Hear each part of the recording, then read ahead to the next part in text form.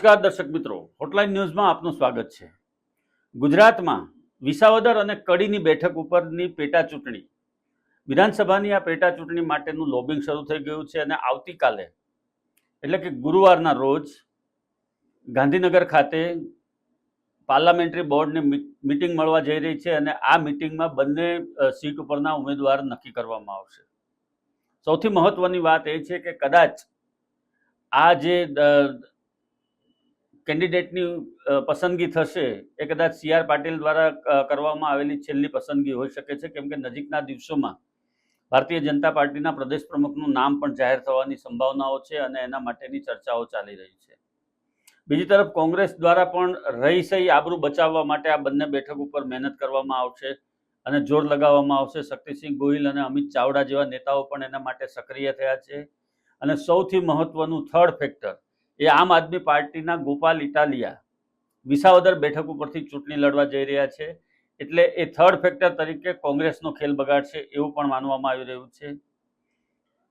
ભૂપતભાઈ આ બેઠક ઉપરથી આમ આદમી પાર્ટીની ટિકિટ ઉપર ચૂંટાયા હતા અને એમણે રાજીનામું આપી દીધું હતું।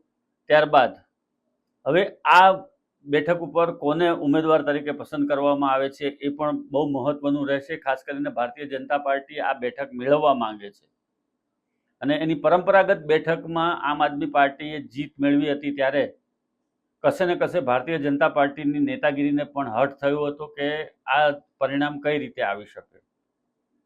બીજી તરફ કોંગ્રેસ પણ રહી સહી આબરૂ બચાવવા માટે એડી ચોટીનું જોર લગાવી રહી છે અને કડી તેમજ વિસાવદરની બેઠક ઉપરથી એ મજબૂત ઉમેદવાર ને મેદાનમાં ઉતારે એવી સંભાવનાઓ વ્યક્ત કરવામાં આવી રહી છે। સર્વતઃ જોઈએ તો બંને બેઠકો આવવા કે જવાથી ભારતીય જનતા પાર્ટીને કોઈ ફરક નથી પડતો, પરંતુ કોંગ્રેસ માટે આ નાકનો સવાલ છે, આબરૂનો સવાલ છે। એ જ રીતે ભારતીય જનતા પાર્ટી માટે પણ આબરૂનો સવાલ છે। એટલે આવતીકાલની પાર્લામેન્ટરી બોર્ડની બેઠકમાં એ નામ ફાઇનલ થઈ જશે એવી સંભાવનાઓ વ્યક્ત કરવામાં આવી રહી છે। બીજી તરફ સેન્સ લેવા માટે નિરીક્ષકો પણ બંને બેઠકો ઉપર જઈને આવ્યા છે અને મહેસાણા ખાતે કડીની બેઠક માટે મહેસાણા ખાતે નિરીક્ષકોએ સેન્સ લીધી હતી ભારતીય જનતા પાર્ટી તરફથી અને વિસાવદરમાં પણ લોકોની સેન્સ લેવામાં આવી છે, કાર્યકરોની સેન્સ લેવામાં આવી છે, સંગઠનના અન્ય હોદ્દેદારોને પણ સાંભળવામાં આવ્યા છે।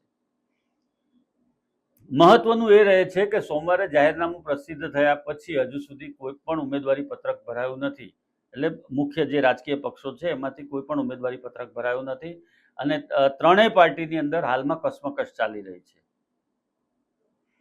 2 જૂનના રોજ ઉમેદવારી પત્રક ભરવાની છેલ્લી તારીખ છે અને કડી તેમજ વિસાવદરની વિધાનસભાની બેઠક ઉપરથી આ ઉમેદવારી પત્રક ભરાયા પછી જ ખ્યાલ આવશે કે બંને પક્ષોએ કોના ઉપર પસંદગીનો કળશ ઢોળ્યો છે। કસમકસ ભરી થનારી આ ચૂંટણીમાં આમ આદમી પાર્ટી કેવો દેખાવ કરે છે એનો ઘણો બધો આધાર આવનારા દિવસોમાં આવનારી મહાનગરપાલિકાની ચૂંટણીઓ ઉપર પણ રહેલો છે અને એમાં પણ એનું ચિત્ર સ્પષ્ટ થઈ જશે કે વિસાવદરમાંથી એમને કેટલો આવકાર મળે છે અને આમ આદમી પાર્ટી એમાં કેટલું જોર કરી શકે છે।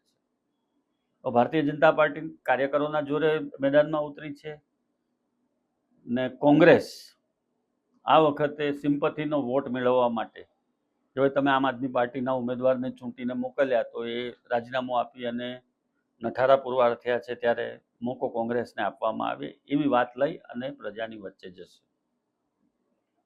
સમગ્રતઃ જોઈએ તો કડી અને વિસાવદરની બેઠક ઉપર ત્રિપાખીયો જંગ જામશે એવું લાગી રહ્યું છે હાલના તબક્કે અને કડીમાંથી જો કે હજુ સુધી આમ આદમી પાર્ટીએ કોઈ ઉમેદવારનું નામ નક્કી કર્યું નથી, પરંતુ ત્યાંથી પણ એ ચૂંટણીમાં જંપ લાવે એવી સંભાવનાઓ જોવાઈ રહી છે।